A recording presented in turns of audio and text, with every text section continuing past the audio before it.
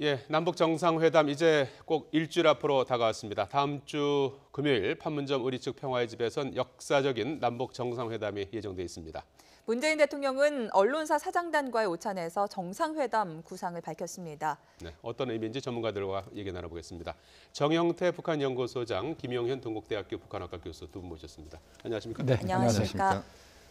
자, 어제 청와대에서 언론사 사장단 오찬이 있었지 않습니까? 네, 문재인 그렇습니다. 대통령이 어제 남북 정상회담과 관련해서 구체적인 발언이 있었는데요.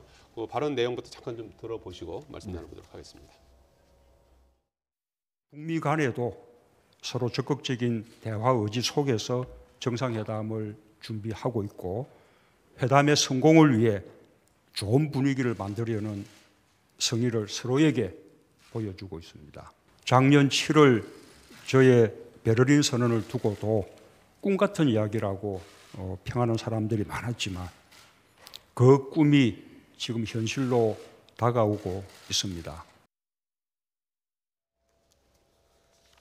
자, 김 교수님, 네네. 어제 문 대통령의 이제 발언을 잠깐 이제 들어보셨는데 어제 구체적으로 북한이 완전한 비핵화 의지를 갖고 있다 이런 언급이 있었어요. 그동안에 간접적으로 이런 얘기가 이제 전해지긴 했었는데 네네. 문 대통령이 직접 이렇게 언급한 건 처음이죠. 그렇습니다. 지금 이제 남북 간에 충분히 지금 접촉이 이루어지고 있는 속에서 예. 대통령의 말씀이 나왔다. 이것이 이제 무게감을 좀 더하는 부분이다라고 봐야 될 것 같습니다. 예. 48개 언론사 사장단이 어제 18년 만에 그 청와대에서 전체 모였는데 네. 굉장히 이례적인 그런 모임이었다고 봅니다. 예.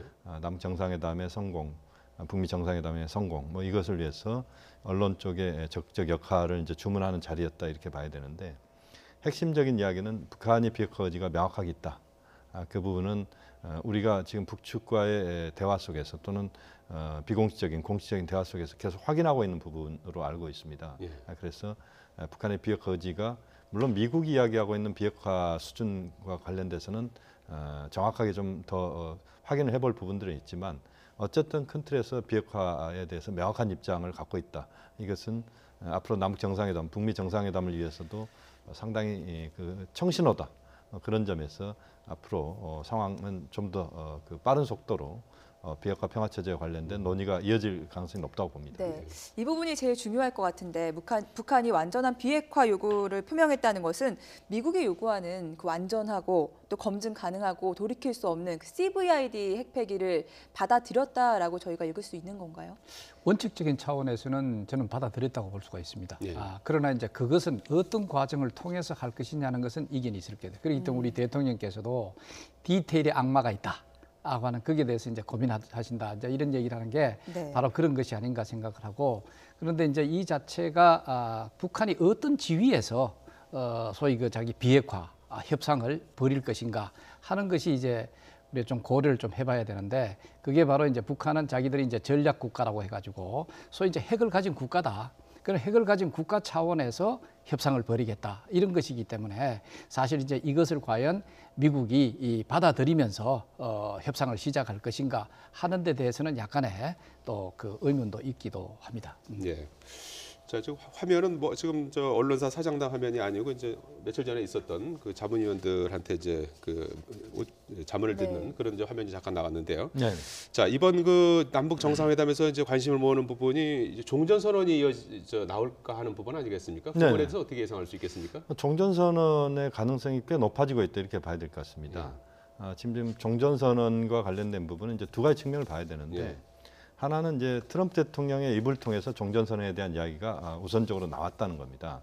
종전선언에 대한 적극적인 환영 의지가 나왔고 예. 또 미 국무부도 오늘 또 그 이야기를 또 반복했습니다. 네. 결국 남북관계 차원에서 현재 한반도의 군사적 긴장이 계속되는 가장 근원적인 이유는 정전 체제가 지속되고 있기 때문에 그렇습니다. 예. 그러니까 1950년 체제, 한국 전쟁 체제가 53년도 7월 27일 날 종전으로 딱 마감하지 않고 정전, 휴전으로 마감이 안 된 상태에서의 전쟁의 현재까지의 유지, 지속이다 이렇게 봐야 되기 때문에 그 문제에 대해서 명확하게 방점을 찍어야 된다라고 하는 그런 차원에서 미국 쪽이 적극적으로 미리 이야기를 꺼내준 것은 굉장히 그 바람직한 현상이다. 저도 계속 강조했던 것이 종전선언과 관련된 부분은 미국 트럼프 대통령 입을 통해서 먼저 나오는 게 좋다 이런 이야기 계속 했는데요. 결국 그렇게 되다 보니까 이제 종전선의 무게감이 훨씬 높아진 겁니다. 왜냐하면 정전 체제를 만들어낼 때 당사자가 미국과 중국과 북한이었습니다. 우리는 이제 이승만 대통령이 당시 그렇습니다. 만들어낸 영구 분단 체제로 간다라고 하는 것 때문에 이제 네. 이승만 대통령이 반대해서 우리는 사인을 안 했는데 이제 문제는 뭐냐면 이 종전선언이라고 하는 것은 법적인 제도적인 구속력이 있는 건 아닙니다. 종전 체제란 말은 없거든요. 종전 협정이라는 말도 없습니다. 그래서 이제 종전 선언은 정전 체제에서 평화 체제로 가는 데 있어서 중간에 징검다리이고 이 문제를 명확하게 정리해내고 평화 체제로 가는 것이 평화 체제로 가는 길에 상당한 탄력과 힘을 줄 수 있다. 이런 차원에서 종전 선언을 하자는 겁니다. 원래 종전 선언을 하지 않아도 그렇게 크게 문제될 건 없습니다. 그렇지만 이제 정전 체제가 평화 체제로 가는 데 있어서 매듭을 명확하게 좀 짓자. 절대 한반도에서 이제 전쟁은 안 된다. 또 현재 정전 체제, 전쟁이 휴식기에 있는 이 체제는 명확하게 일단 정리하고 가야 된다라고 하는 그런 차원에서 상징적인 측면에서 남북 최고 당국자들이 이번 정상회담에서 종전선언을 하자는 것이죠. 그래서 그것을 통해서 평화 체제 또 나아가서 평화협정 체제로 가는 데 있어서 좀 더 탄력적이고 좀 더 유연한 윤활 역할을 할 수 있는 이 종전선을 이끌어내고 그렇게 되면 보다 안정적으로 평화 체제로 갈 수 있고 또 미국과 중국도 좀 더 적극적으로 평화 체제 논의에 들어올 수 있는 그런 과정이기 때문에 네. 종전선언을 이번에 반드시 하자는 것이고 종전선언이 이번에 남북 정상회담에서 결과로서 나온다면 아마 이번 정상회담의 최고의 성과 중에 하나다 이렇게 봐도 될 것 같습니다. 과거의 정전 협정의 당사국은 유엔군을 대표하는 미국, 또 공산군을 대표하는 북한과 중국이었는데 이번에 이제 종전 선언이 나온다면 그 당사국이 남과 북이 될 수 있는 건가요? 그것은 이제 그 사인, 예를 들어서 이제 종전 협정에 소위 그 사인을 한 국가는 지금 방금 얘기해 주신 대로 유엔군을 대표해서는 미국이 했고, 그 다음에 이제 중국, 그 다음에 북한, 이 3자가 사인을 했다고 볼 수가 있습니다. 그럼에도 불구하고 그 사인이 중요한 것이 아니라 이 문제에 정전이라고 하는 그 문제에 당사국이 어디냐. 이게 했을 때 뭐 누가 뭐라 그래도 사실 남북 당사국이 아니냐. 뭐 이런 측면에서 본다면은 이 종전 선언과 관련돼서 우리 정부하고 그리고 또 북한 당국하고 같이 정상 간에 이런 그 선언을 한다고 하는 것은 뭐 큰 손색이 사실 없는 그런 측면이 사실 있습니다. 그래서 비록 우리가 사인한 국가가 아닌다 손 치더라도 당사국이라고 하는 그 자체가 더 중요하고 그리고 또 실질적으로 그 판문점에 있어서 군사정전이라든가 이것이 서서히 그것을 대표하는 어제 미국의 장성급이 아니라 우리 장성급이 대표하는 그런 정도로 사실 변해가 왔습니다. 그게 바로 뭐냐면은 바로 이게 사인한 그 국가들이 중요한 것이 아니라 오히려 그 정전 자체의 그 당사국이 더 중요하다고 하는 표현을 했기 때문에 또 그런 그 활동을 했기 때문에 사실은 이번에 그 정전 차원에 있어서 뭐 선을 한다든가 종전 선을 한다든가 하는 것은 이제 방금 김영인 교수께서 잘 얘기해 주신 대로 이것은 아마도 그 우리 대통령께서 밝힌 것과 마찬가지로 정전에서 평화협정으로 간다. 사실 이런 것은 우리가 궁극적으로 바라는 것이기도 하죠. 그러나 이제 이것이 종전에서 평화협정으로 간다 손 치더라도 우리가 원한다고 되는 건 아니에요. 이제 알다시피 그 유엔을 대표하는 미국이 사실 기다리고 있고 또 중국도 있고 또 북한도 같이 있는데 그러면 이번에 미북 정상 간에 사실은 비핵화를 위해서 뭔가 북한의 그 김정은 체제의 체제 안전 보장이랄까 이런 것을 위해서는 북한이 분명히 평화협정이라든가 미북 간의 평화협정 이것을 원할 가능성이 있죠. 그렇기 때문에 정전에서 평화협정으로 가는 이 자체를 그러면 미국은 보다 더 가볍게 보다 더 좀 이래 그 쉽게 하려면 당사국 자체가 종전선언에 앞장섰으니까 오히려 이제 탄력을 가지고 이런 그 비핵화를 위한 이런 그 정전에서 평화협정까지 가는 그런 그 조건조차도 충분히 제시할 수 있는 그런 길을 열어준 것이 아니냐 그런 의미가 사실 있다고 볼 수가 있죠. 예. 북한이 완전한 비핵화를 선언한다면 반대급부로 어떤 걸 요구할 것 같습니까? 완전 비핵화인데 이제 지난번에 그 우리 그 특사단이 가서 김정은 위원장이 밝힌 게 사실 있죠. 그게 바로 뭐냐면은 군사적 체제 위협이 없어야 된다. 군사적 위협이 없어야 된다. 그다음 두 번째 체제 안전이 보장돼야 된다. 이 두 가지입니다. 그렇다면은 비핵화를 안 할 이유가 어디 있느냐 하는 정도니까 사실은 문제가 이제 여러 가지 우리가 전문가들이 뭐 군사적 위협 자체는 뭐 지금 당장 우리 한미연합 군사 훈련이라든가 그 다음에 물론 이제 북한의 핵미사일 개발이라든가 시험 이런 것 때문에 제재가 사실 굉장히 있었고 그 다음에 또 군사적 압박이 굉장히 했죠. 우리 예를 들어서 뭐 미국의 전략 자산들이 한반도로 움직인다든가 이렇게 하면서 북한을 상당히 압박하는 그런 모양새를 보였는데 이런 일체의 어떤 군사적 위협과 같은 이런 행동이라든가 또 시설이라든가 이런 것들을 사실 없애게 하는 이게 군사적 위협을 없애게 하는 방법 중에 하나고 또 중요한 아이템이 되겠죠. 네. 그러나 보다 더 중요한 것은 체제 안전 보장입니다. 네. 이 체제 안전 보장이라고 하는 것은 사실상 북한이 느끼고 있는 것은 뭐냐면은 한반도에 미국이라고 하는 이 존재가 존재하는 한 상당히 자기들은 체제 안전에 위협을 받는다고 생각할 가능성이 사실 있죠. 네. 그래서 궁극적으로는 정전에서 평화 체제로 나가면서 사실 한반도에 있는 어떤 소위 주한미군이라든가 이것의 주한미군을 철수까지는 얘기 안 한다 손치더라도 어떤 지위와 역할이라든가 이런 것의 어떤 평화 협정을 지키기 위한 하나의 그런 세력으로 평화유지군으로 갈 그렇죠. 수도 소위 있는 이제 거고요. 그런 식으로 네. 까지는 요구할 가능성이 사실 있지 않느냐. 바로 이런 것들이 중요한 아이템이다 볼 수 있습니다. 네. 네. 아까도 얘기가 나왔지만 문 대통령이 비핵화로 가는 길에 디테일의 악마라는 걸 넘어서는 게 과제라고 얘기를 네. 했었는데 자, 현실적으로 걸림돌이 뭐가 있을까요? 사실 표현 하나, 수사 하나 다르게 받아들여도 이게 협상이 틀어질 수 있는 아주 예민한 문제거든요. 그렇습니다. 지금 이제 디테일의 악마가 있다는 이야기가 계속 요즘에 나오고 있는데요. 역시 이제 과거에 우리가 경험적으로 보더라도 큰 틀에서 뭔가 합의가 돼서 나아가는데 좀 세세한 부분에서 틀어지고 또 감정이 개입되고 이러면서 또 문제가 해결이 안 되는 네. 그런 과정들이 종종 있었습니다.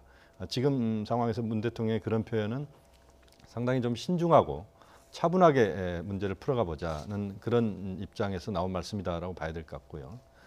지금 문 대통령이 유리그릇 다루듯 다루고 있다는 말씀은 여전히 지금도 유효한 것 같고 예. 살얼음판을 걷고 있다는 것도 역시 마찬가지인 것 같습니다. 특히 지금 보면은 폼페이오 미 국무장관 내정자 네. CIA 국장이었죠.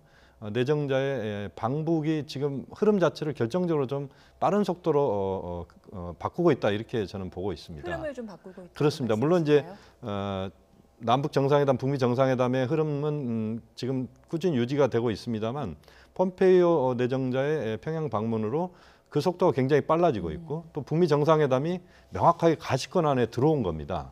그러니까 폼페이오 내정자의 방북은 우리 정부가 좀 주선한 측면이 있다 지금 이렇게 알려지고 있거든요. 네, 서훈 국정원장이나 서훈 원장과 김영철 네. 지금 통전부장입니다. 통전부장. 아마 폼페이오, 서훈, 김영철 이 세 사람이 지금 현재 국면에서 가장 정확하게 남북미 관계에서 비핵화 평화 체제에 중요한 논의를 하고 있는 인물이다 이렇게 봐야 되고 문재인, 트럼프, 김정은 이 세 분의 대통령 또 김정은 위원장 이 세 사람이 실질적으로 그것을 앞장서서 이제 끌고 가는 뭐 그런 구조다 이렇게 봐야 됩니다. 그러니까 문재인, 트럼프, 김정은 이 세 사람이 앞장서서 끌고 가고 있고 그것을 내부적으로 조율하면서 전체적으로 힘을 만들어주고 있는 세 사람은 서훈, 폼페이오, 김영철 이렇게 보시면 됩니다. 그래서 이 국면들이 지금 상당한 속도를 내고 있는 과정이기 때문에 지금 현재까지의 상황들을 보면 꽤 빠른 속도로 가고 있고 어떻게 보면 너무 빠른 것 아닌가 싶을 정도의 네. 그런 또 걱정을 일부에서 하는 부분이 있는 것 같습니다. 예. 다만 이제 중요한 것은 지금 현재 흐름 속에서 비핵화 평화 체제와 관련된 부분에서 또 하나 중요한 부분은 북한의 비핵화를 요구하는 상황에서 또 거기에 상응해서 선물을 어떤 것들을 준비해야 되느냐는 부분들이거든요. 예. 그 부분을 한미 또 한미 중일러 이 국가들이 얼마만큼 또 만들어서 비핵화 문제에 상응해서 예. 실제 보상과 관련된 행동으로 가야 예. 되기 때문에 그 부분을 얼마만큼 잘 할 수 있느냐 이것도 매우 중요한 이번에 지금 다음 주에 과제라고 열리는 봅니다. 남북 정상회담에서도 이제 비핵화 문제에 초점을 두기로 하지 않았습니까? 그렇습니다. 남북 관계는 이번에 이제 다루지 않고요. 네네. 그리고 이제 북미 정상회담에서도 이제 비핵화 문제가 그렇습니다. 그 두 개의 그 회담이 이제 어떤 그 역할 분담이 이루어진다고 봐야 그렇게 됩니까? 봐야 됩니다. 지금 이제 남북 정상회담은 사실상 문재인 대통령과 김정은 위원장 두 사람이 만나는 거지만 예. 내용상 보면 문재인 트럼프 대통령의 두 사람의 공감대를 충분히 만든 속에서 김정은 위원장과 만나는 겁니다. 예. 그러니까 우리 정용 실장께서도 미국을 지금 다녀오기도 했고 예. 또 전체적으로 한미 간에 많은 물밑에서 지금 조율이 이루어지고 있다라고 볼 수 있습니다. 예. 특히 비핵화 문제에 대해서 공감대를 형성하면서 이걸 갖고 문재인 대통령이 김정은 위원장을 만나고 예. 그 만남의 핵심 포인트는 역시 비핵화 평화 체제인데 예. 이 두 사람의 만남 속에서는 아주 대외적으로 크게 어떤 성과가 공개되지는 않을 가능성이 높습니다. 오히려 비핵화 평화 체제에 대한 남북 최고 지도자 간의 충분한 논의와 또 앞으로 이 문제를 적극적으로 풀기로 하였다. 뭐 이런 정도. 뭐 이렇게 된다면 저는 베스트라고 보고 또 종전 선언을 거기에 담는다면 또 최고의 베스트라고 봅니다. 예. 북미 정상회담은 이제 그것을 기반으로 해서 그것을 토대로 해서 남북 정상 간에 논의된 것, 또 트럼프 문재인 대 김정은 이 세 사람이 논의한 것들이 북미 정상회담에서는 트럼프 대통령과 김정은 위원장 사이에서 어떻게 보면 이제 통 큰 결단의 어떤 단기적으로 봤을 때는 하나의 완성판이 될 수 있을 것 같고요. 예. 그 과정에서 비핵화 평화 체제에 대한 통 큰 결단으로서의 합의, 또 그 합의는 대체로 뭐 가장 좋은 베스트는 어느 정도 시점까지 비핵화 평화 체제를 좀 정리해내자라고 하는 예. 그런 합의가 된다면 그것도 아주 베스트라고 보는데 예. 그 정도까지 갈지는 모르겠습니다. 어쨌든 비핵화 평화 체제 문제에 대한 큰 틀에서 이야기, 그다음에 그 이행과 관련된 부분은 단계적으로 하자, 그리고 보상에 대한 부분에 행동대 원칙으로 하자라고 하는 그런 정도의 일단 정리를 일단 끝내놓는다면 그 다음 단계에서 이제 남북미 정상회담이 가능하고 예. 또 여러 형태의 정상회담을 비롯한 전체적인 흐름들이 또 다음 단계의 탄력을 만들어가는. 그래서 이번 북미 정상회담까지는 그 다음 남북미 정상회담 또는 그 다음 단계까지의 상황들을 관리할 수 있는 내용들을 저축해 놓는다 이렇게 보면 될 것 같습니다. 그리고 예. 그 다음 단계는 또 단계적으로 또 넘어가는 그런 상황이 될 거라고 예, 봅니다. 문재인 대통령 무엇보다 북미 정상회담의 중요성을 이제 강조를 했고요. 트럼프 대통령 역시 북미 정상회담 성공을 위해서는 뭐든지 하겠다 이런 의지를 드러내게 됐는데요. 잠깐 들어보시겠습니다.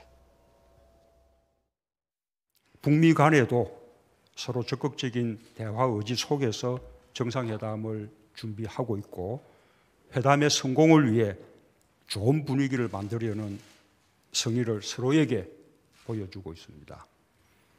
그리고 지금까지 오는 동안 우리는 미국과 완벽하게 정보를 공유하고 협의하고 공조해 왔습니다. 제가 여러 번 언명한 바와 같이 비핵화를 전제로 한 대화에 대한 트럼프 대통령의 절대적인 지지와 격려가 극적인 반전을 이루어내는 결정적인 힘이 되었습니다. 그러나 냉정하게 말하면 지금 우리는 대화의 문턱을 넘고 있을 뿐입니다. 대화의 성공을 장담하기엔 아직 이릅니다. 게다가 남북 정상회담뿐만 아니라 사상 최초로 열리는 북미 정상회담까지 성공해야만 대화의 성공을 말할 수 있습니다. Hopefully that meeting will be a great success and we're looking forward to it. It would be a tremendous thing for North Korea and a tremendous thing for the world. We will be doing everything possible to make it a worldwide success. If the meeting when I'm there is not fruitful, and we'll continue what we're doing. He just left North Korea, had a great meeting with Kim Jong-un, and got along with him really well, really great. 자, 지난번 임종석 실장이 그런 얘기를 했죠. 북한과의 소통이 1이라면 이제 미국과의 소통이 3이다. 그 정도의 노력을 더 하고 있다. 이런 언급도 했었는데 이 두 개의 회담이 이제 하나다 이렇게 봐도 되겠죠. 예, 그렇죠. 물론 우리 대통령께서 밝히는 것과 마찬가지로 이번에 정상회담 자체에서 남북 정상회담에서 다뤄야 할 주요 의제를 3가지를 꼽았습니다. 예. 그 중에서 가장 앞에 놓고 있는 것이 북한의 비핵화 문제입니다. 그 다음에 이제 한반도 평화 정착이고, 그 다음에 이제 남북한 관계 개선 쪽인데, 사실상 앞에 2개 있는 소위 비핵화와 북한의 비핵화와 한반도 평화 정착, 이것은 미국과 북한 간의 그 대화에서 뭔가 실마리를 혹은 거기에서 결정적인 합의가 사실 없다면은 이건 우리가 남북한이 아무리 나름대로의 합의라든가 아니면 좋은 결과를 끄집어낸다 손치더라도 이것은 공연불이 될 가능성이 굉장히 크다 이렇게 볼 수가 있죠. 그 이유 자체는 사실 비핵화는 기본적으로 북한은 미국과 직접적인 어떤 대화를 통해서 이 안보적 문제를 해결한다. 하는 그런 그 입장을 가지고 있고 또 앞으로도 그럴 겁니다. 자, 그렇기 때문에 사실은 북한의 비핵화와 관련된 그야말로 결정적인 어떤 합의를 미북 사이에 끄집어내야 그 다음에 이제 우리 남북한의 그 여러 가지 정상 간의 이 그 합의라든가 이런 건 또 남북한 관계 개선의 발전을 위해서도 그 전제 조건과 비슷한 그런 것이 된다. 그렇기 때문에 이번에도 우리 임종석 실장께서 이제 방금 얘기하신 대로 그 남북 정상회담 그 자체 남북 간의 어떤 협력이 가장 중요할 텐데 그럼에도 불구하고 이게 그 한미 간의 협력 이 자체가 오히려 3이고 그 다음에 남북 간의 일로 본다는 정도로 이 한미 간의 조율 자체가 그만큼 중요하다. 이것은 바로 뭐 북한의 비핵화와 평화 정착이라고 하는 것은 미국의 결정이라든가 미국의 어떤 입장 그런 데서 이제 북한의 뭔가 이 우호적인 결정적인 어떤 그런 그 비핵화와 관련된 답을 이끌어내는 그것이 많으냐 그걸 할 수 있느냐 없느냐에 달려 있다. 이런 의미도 사실 되겠죠. 네. 트럼프 대통령의 회담 성공을 위해서 뭐든지 하겠다. 네. 잘 안 되면 회담장을 박차고 나오겠다. 이 발언을 네. 보면은 결국 all or nothing. 전부 아니면 전무다. 북한의 무언의 압박이 될 수도 있지 않겠습니까? 아마 이제 이건 트럼프 대통령이 그동안 많은 회담들을 하는 방식, 자신의 방식을 한 번 또 한 번 이야기를 했다. 협상 방식이군요. 그렇습니다. 트럼프 대통령이 지금 북한에서 미국에서 가장 이번 북미 정상회담 또 북한과의 만남을 고대하고 있는 사람은 트럼프 대통령입니다.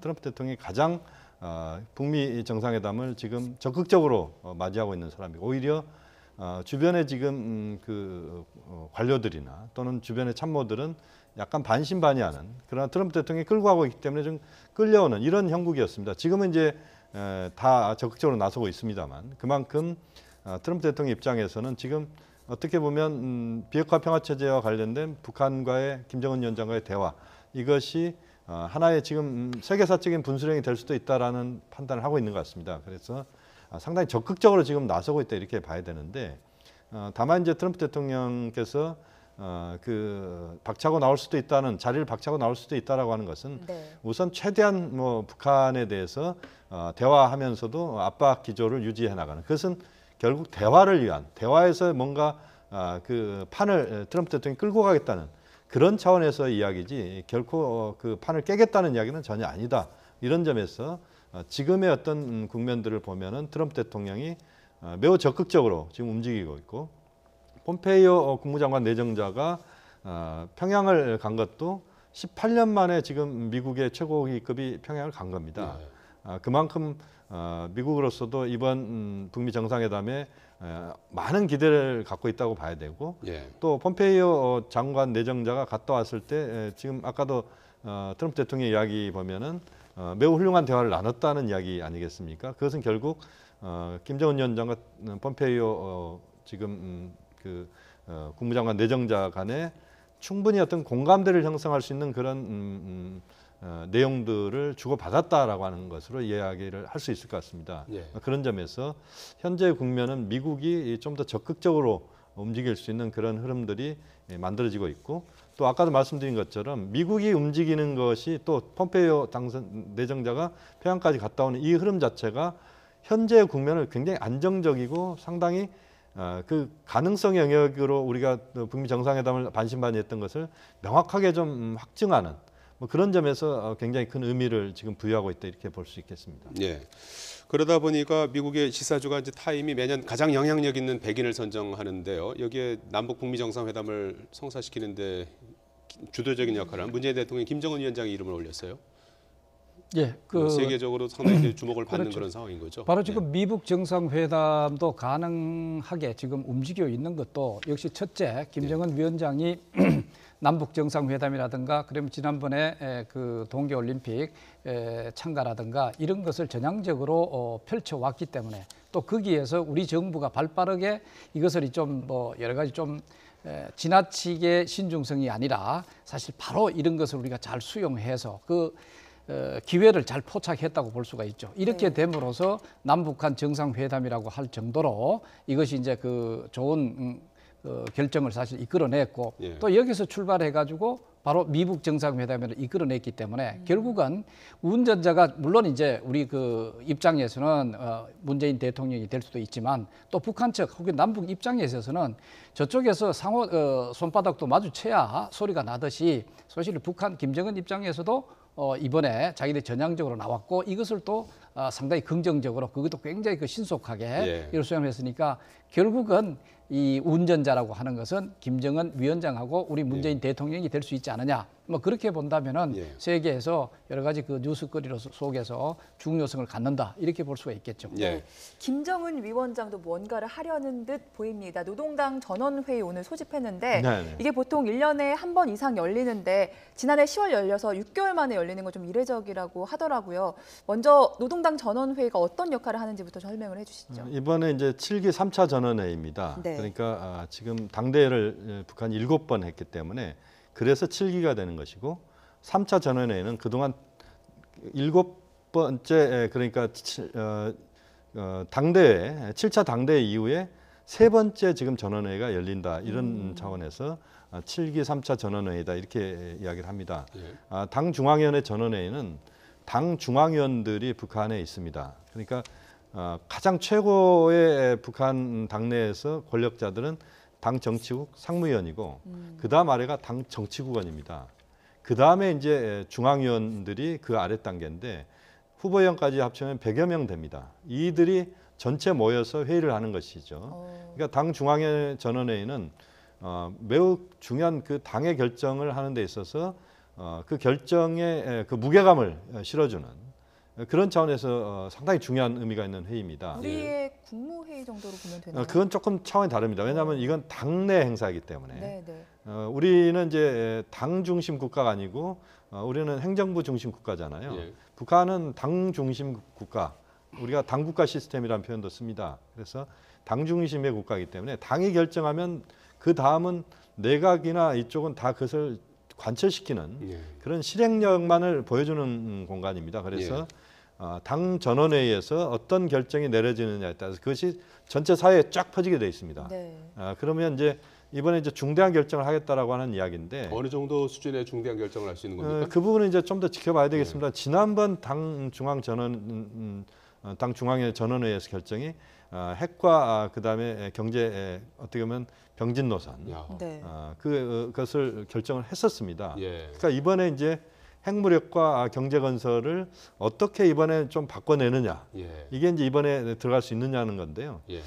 지금 이제 남북 북미 정상회담을 하지 않은 상태에서 북한이 먼저 큰 틀에서의 어떤 흐름을 바꾼다. 이것은 좀 상식적으로 안 맞는 부분도 있습니다. 예. 왜냐하면 어떤 뭔가 결과가 나와야 거기에 맞춰서 이제 자신의 어떤 당내의 그런 최종적인 큰 틀에서의 방향을 잡는다 이렇게 봐야 되는데 어쨌든 정세 변화와 관련된 부분이라고 할 때는 비핵화 문제, 평화체제 문제에 대해서 북한이 좀 더 전향적으로 움직일 수 있는 그런 내부에서의 어떤 결정, 그 결정을 바탕으로 해서 김정은 위원장이 움직인다. 이런 형식을 취하는 부분이 있습니다. 예. 그래서 이번 남북 정상회담, 특히 북미 정상회담에 나서는 김정은 위원장이 좀 더 내부적으로 그 내부에서의 어떤 여러 가지 그런 결론을 들고 나가는 형식, 그런 차원에서 비핵화 평화체제 문제에 대한 이번에 그 중앙위원회 전원회에서 많은 논의는 이루어질 것으로 보고 또 그 과정에서 북한의 유연성 있는 그런 또 상당히 순발력 있는 김정은 위원장이 판단을 할 수 있도록 하는 예. 그런 차원에서의 그런 논의가 이루어질 수 있다 이렇게 봐야 될 것 김 같습니다. 교수님 말씀을 들어보니까 이제 오늘 그 전원회의를 통해서 김정은 위원장에게 어떤 정책적 유연성을 이제 주기 위한 그런 조치가 취해질 수도 있는 겁니까?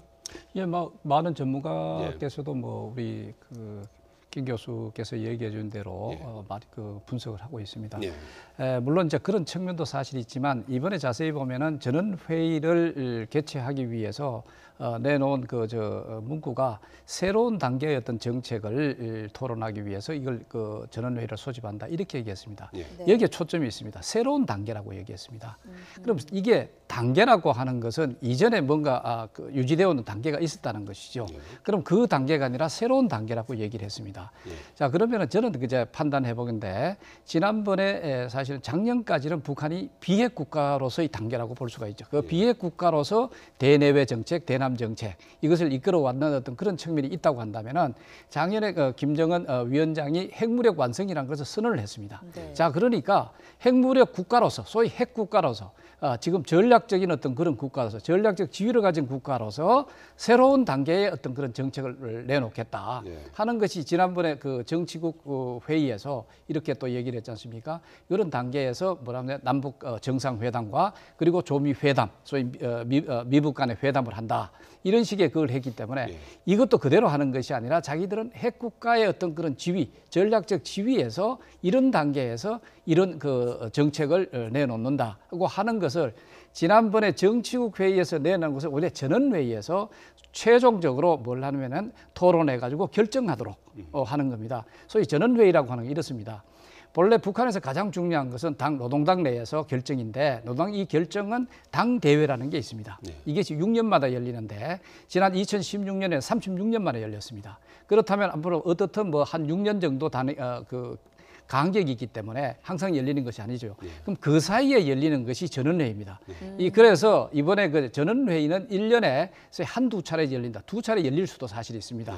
이런 어떤 그렇기 때문에 사실 정치국 회의에서 일단 결정을 내리고 그 자체가 사실 최종적으로 토론돼 가지고 이것이 그 결정되는 형태를 취하게 하는 것이 전원회의입니다. 네. 그렇다면은 지난번에 정치국 회의에서 했던 조미 회담을 한다, 남북 정상회담을 한다. 이것을 새로운 단계, 소위 자기들이 핵국가로서의 어떤 지위 속에서 이런 것을 당당하게 하는 것을 오히려 이것을 이제 전원회의를 통해서 북한 주민들에게 알리고 전체적으로 홍보하는 그런 형태가 아니냐 이렇게 사실 볼 수가 있죠. 네. 예. 그 새로운 단계 정책이 비핵화가 네. 맞다면 수위는 어느 정도 될지도 궁금한데 바로 뭐 핵 경제 병진 노선 이제 끝 이렇게 얘기하지는 않지 않겠습니까? 그렇습니다. 지금 이제 제가 볼 때도 핵 경제 병진 노선을 폐기하고 말씀하신 것처럼 아까 이제 시작 전에 지금 송앵커님하고 그런 이야기를 했는데 예. 비핵 경제 병진 노선 예. 뭐 이런 말씀을 한 하셨는데 글자 예. 추가해서. 그렇습니다. 하나 글자를 B자만 넣으면 된다라고 말씀하셨는데 네. 그런 이야기를 바로 이번 그 전원회의에서 바로 집어넣지는 않을 겁니다. 예. 아마 비핵화 평화 체제로 가는 데 있어서 지금 정영태 소장님 중요한 말씀을 하셨는데 예. 지금 비핵화 평화 체제로 가는 데 있어서 북한 내부에서 지난번 정치국 회의가 열렸고 그 정치국 회의보다 좀 더 하위 수준에서 북한 노동당의 핵심 인사들 한 100여 명이 모이는 게 당 중앙위원회 전원회의거든요. 거기에서 이제 추인을 받으면서 김정은 위원장이 좀 더 자유롭게 자신이 토론을 통해서 이번 토론을 통해서 좀 더 이제 남북 정상회담, 북미 정상회담에서 강하게 북측의 입장을 설명하면서 비핵화 의지에 대해서 설명을 하고 또 평화 체제에 대해서도 북한의 입장을 강하게 이야기하는. 그러나 이제 그것이 곧 뭐 비핵이라고 하는 표현들은 북한이 당연히 이제 김정은 위원장이 해내겠지만 예. 그러나 이제 그 수준이랄지 이런 부분들은 아마 미국 쪽의 트럼프 대통령 입장과 이런 것들을 사전에 충분히 그 상호간의 그 의사소통을 하는 과정에서 그것은 조율 또는 조정될 가능성이 있다고 보고 현재로서는 그야말로 어떤 핵 경제 병진 노선을 완전히 폐기하는 정도의 그런 쪽의 정리를 사전에 할 가능성은 그렇게 높지는 않다라고 봅니다. 예. 그러면은 그게 이번에 이번에 그 북한이 공식적으로 소위 그 핵과 관련된 얘기를 한다면은 예. 아마 전원회의에서 미국과 핵 담판을 하기 위해서 그 정상 간의 회담을 할 것이다 예. 하는 그런 정도의 그래 핵 담판 내용을 아마 북한식으로 표현을 할 가능성이 굉장히 크죠.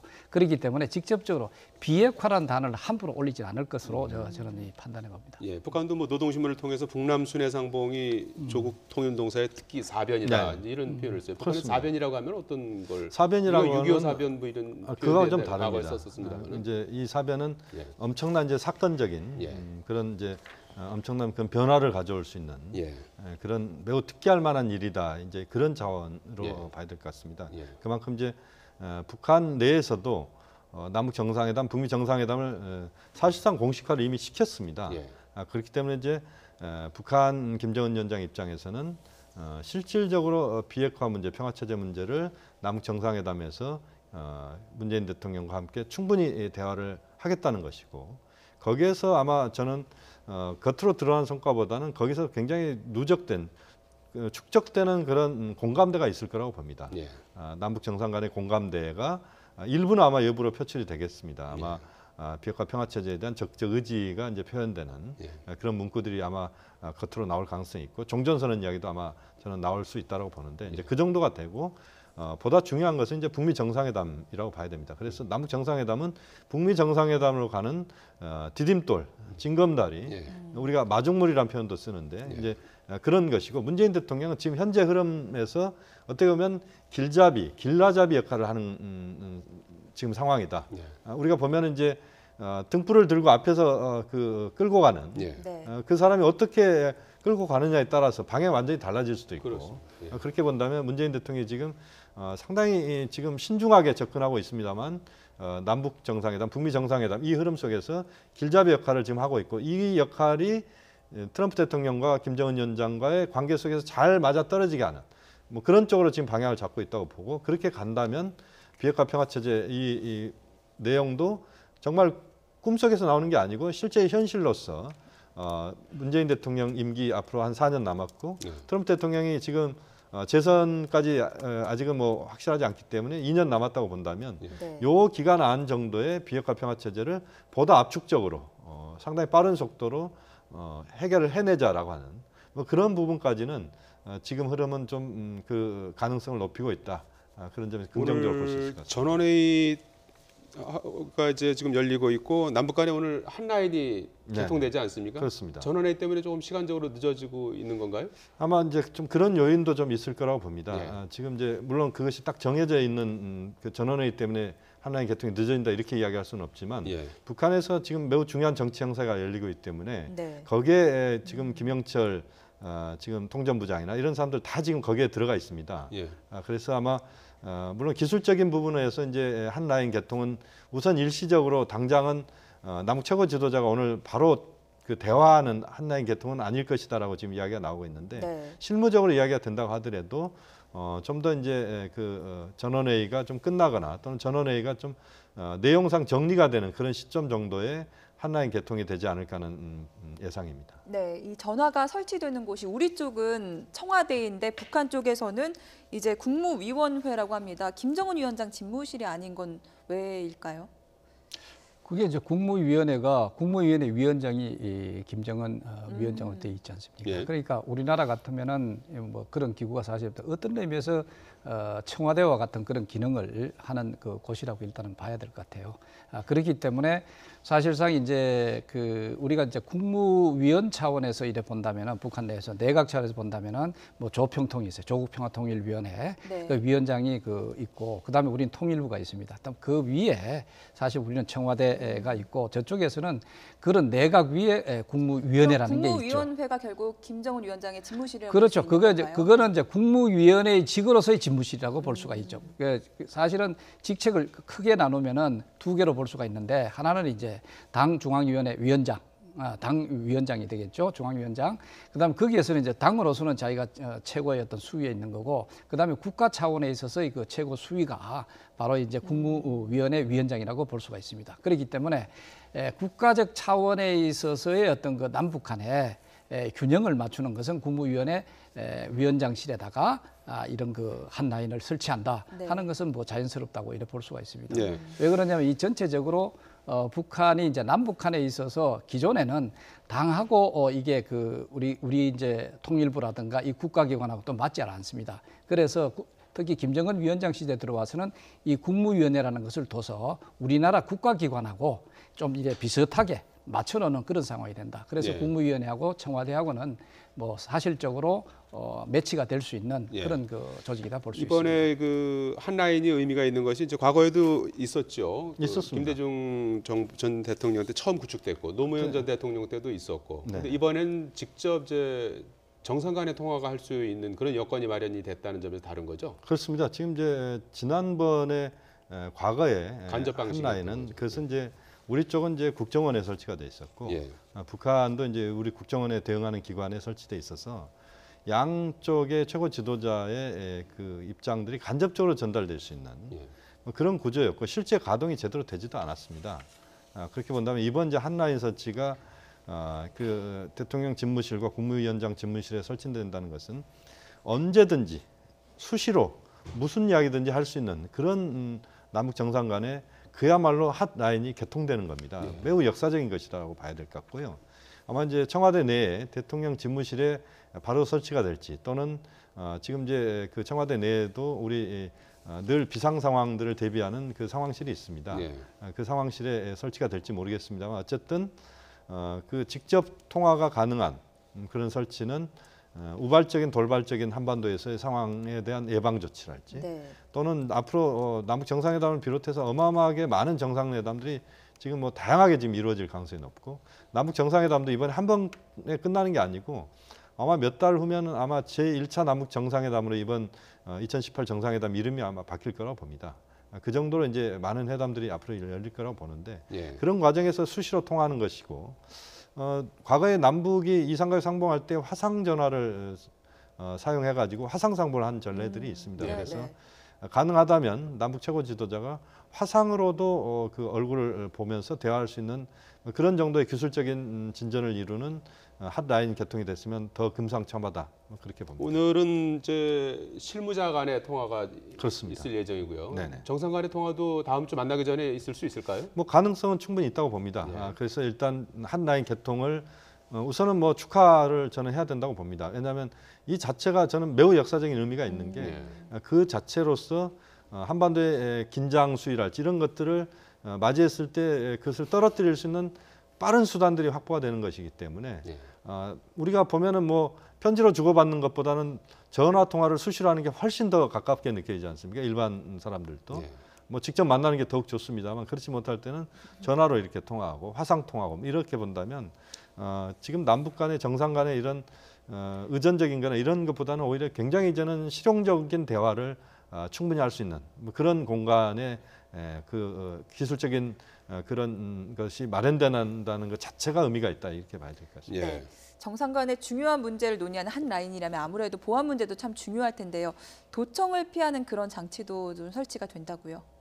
그건 뭐 기본적으로 돼야겠죠. 그래서 이제 그 우리가 이제 중요 기관에는 항상 그런 그 도청이라든가 이 비밀 유지가 가능한 그런 형태로 이제 이 전화 시설이 이제 유지된다 하는 것은 뭐 일반적으로 알려진 사실이고 그것도 정상 간의 이 대화를 하는 것이니까 아마 가장 그 보안이 철두철미하게 이루어지는 상태가 되지 않느냐. 아까 어디서 저 얘기를 하다가 왜 우리는 지금 요새 이 유선 전화는 사실 굉장히 지금 거의 사용을 하지 않은 그런 상황인데 시대에 뒤떨어지게 왜 휴대폰이라든가 이런 것 가지고 직접 하면 될 때 왜 못하느냐 하는 건 역시도 이것은 이제 비밀 유지라든가 이런 것이 사실은 그 되게 어렵기 때문에 그렇지 않느냐 하는 생각이 사실 있긴 있는데 역시 마찬가지 그 보안이라는 것은 뭐 최대로 필요로 하는 그런 그 상황이라고 봐야 됩니다. 한 라인을 통해서 남북 정상 간에 주로 어떤 내용들이 논의될 수 있을까요? 그걸 이제 다양하게 됩니다. 이게 이제 남북 간에 뭐든지 특히 뭐 김정은 위원장과 우리 문재인 대통령과의 어떤 신뢰가 상당히 쌓이게 된다면은 뭐 아주 그 사소한 문제조차도 이런 그 정상 간에 직접적인 어떤 그런 대화로 풀 수가 있는 그런 측면이 있고 그다음에 이제 가장 중요하다는 건 이런 거죠.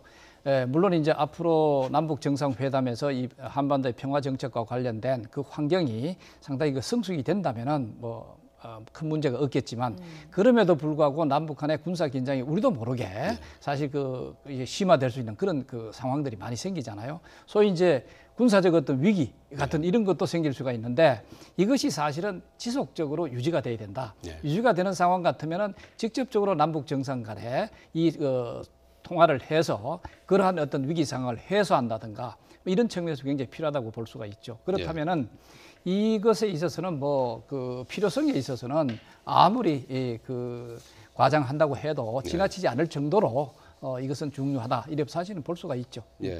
자, 이 남북 정상회담 실무 준비도 이제 빠르게 진행이 되고 있는 상황인데요. 어제 수용원 6명이 최종 확정이 됐어요. 이제 배석자는 이제 북한이 이제 누가 몇 명이 앉느냐에 따라서 조금 달라질 것 같죠. 아마 이제 우리가 지금 공식 수행원을 6분으로 지금 확정을 했지 않습니까?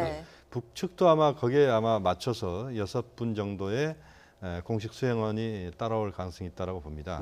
우리 쪽에서 이제 임종석 비서실장, 정의용 정책실장, 서훈 국정원장, 또 조명균 통일부 장관, 또 그 송영무 국방부 장관, 강경화 여교부 장관 이렇게 지금 나갑니다. 다 앉는다고 하면 양쪽에서 7명씩 앉는 그렇습니다. 구도가 되겠군요. 지금 이 구조를 보면은 우리 쪽에서 경제 분야가 다 빠졌습니다. 예. 2007년 정상회담 때는 경제부총리가 공식 수행원이었는데 네. 이번에 이 경제 분야가 빠지고 남북 분야에서 문화 분야, 뭐 도종환 장관 이런 사람 다 빠졌는데 결국 이것은 이번에 비핵화 평화 체제에 모든 걸 집중한다는 것이고 예. 지금 국방장관이 들어간 것은 남북의 군사회담 앞으로 이 부분 굉장히 중요합니다.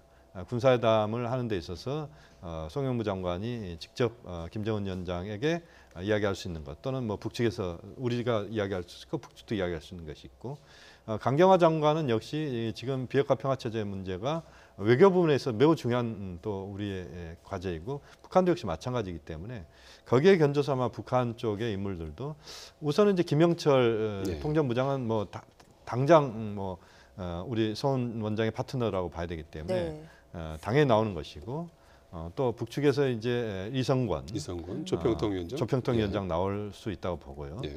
김여정 부부장이 나올지 부분은 좀 더 봐야 될 것 같습니다만 네. 저는 나올 수 있다고 봅니다. 예. 그리고 또 북측에서 이제 주요 인사들 중에서 이제 우리 측의 파트너들 지금 이제 북한의 외무상 같은 경우 또 나올 수 있을 것 같고 예. 또 국방 분야 북한의 인민무력부장이 나올지 또는 총정치국장이 나올지 모르겠습니다만 이제 그런 인물들도 나오는 뭐 그런 정도가 우선은 이제 공식 수행원 북측의 공식 수행원이 될 가능성이 있다고 봅니다. 네. 예.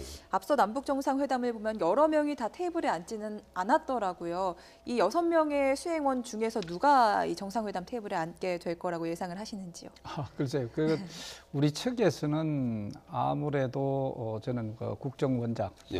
소위 서훈 서훈 국정원장의 어떤 그런 옆에 그 조력이 필요한 그런 인물이 될 수가 있을 것 같고 저쪽에는 역시도 또 카운터파트로서 김영철 네. 총정치국 통전부장이 배석할 가능성이 가장 크지 않느냐. 뭐 이제까지도 보면은 역시 그 남북한의 저쪽에 통전부장이라고 한다면은 사실 통일부적인 성격도 있지만 또 국정원적인 성격이 또 강하고 그리고 역시 또 우리나라에서는 남북한 관계를 보이지 않게 그 열거나 여러 가지 그 실적인 활동을 하는 것을 역시 국정원이 많이 해왔고 또 이것을 국정원 차원에서 많은 것을 통제해가면서 이끌어가는 그런 측면이 있기 때문에 아마도 국정원장의 그 필요성이 가장 크다 이렇게 사실 볼 수가 있죠. 예.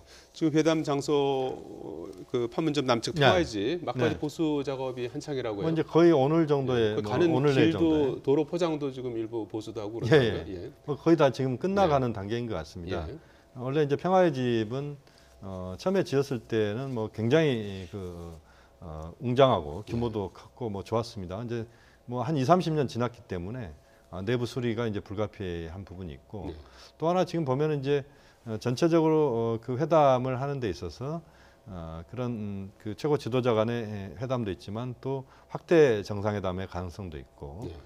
여러 가지 이제 회담이 있을 수 있고 또 지금 이제 확정은 안 됐습니다만 김정숙 여사 그리고 네. 이설주 여사의 동행 가능성 저는 동행했으면 좋겠습니다. 네. 물론 이제 두 퍼스트 레이디께서 정상회담을 하고 있을 때 뭐 할 거냐라고 하는 게 이제 좀 걸림돌은 있습니다만 그러나 저는 뭐 그것은 또 다른 차원의 기술적으로 또 같이 이야기할 수 있는 것들을 찾아보면 뭐 가능하다고 보고 예.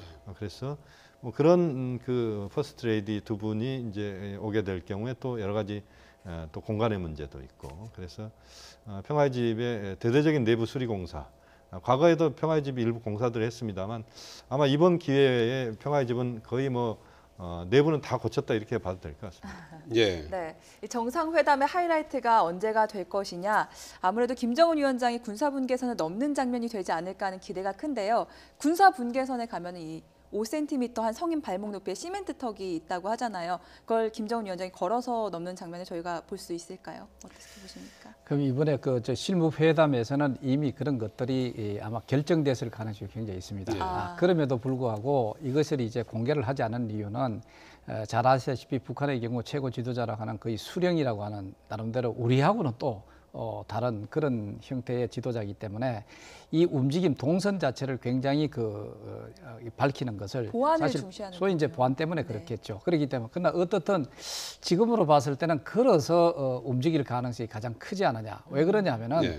북한 입장에서도 이번 이 남북 정상회담을 세계적으로 그 이목을 집중시켜 줄 수 있도록 소위 스포트라이트가 여기에 올 수 있도록 하기 위해서는 자기가 이 영상에 노출될 수 있는 시간을 좀 넓히는 게 사실 좋겠죠. 네. 자, 그렇게 한다면은 지난번에 정주영 회장이 소떼를 방북할 때 그래 가듯이 사실 이 어떤 그런 상황을 나름대로 연출하고 싶어하는 측면이 있다. 이래 본다면은 사실은 걸어서 이 자리를 움직이지 않겠느냐. 그러나 만에 하나라도 역시 보안 문제 때문에 안전 문제 때문에 일단 우리 평화의 집까지 자동차로 와서 거기에서 이 공개하는 그런 또 상황을 연출하지 않겠느냐 하는 가능성도 여전히 있다 이렇게 볼 수가 있습니다. 당일 어쨌든 뭐 일거수일투족이 상당 부분 생중계될 예정 아니겠습니까? 그렇습니다. 거의 네. 뭐 공식적으로 남북 최고 지도자가 노출될 수 있는 모든 공간에서는 아마 생중계가 이루어진다 이렇게 봐야 될 것 같고요. 예.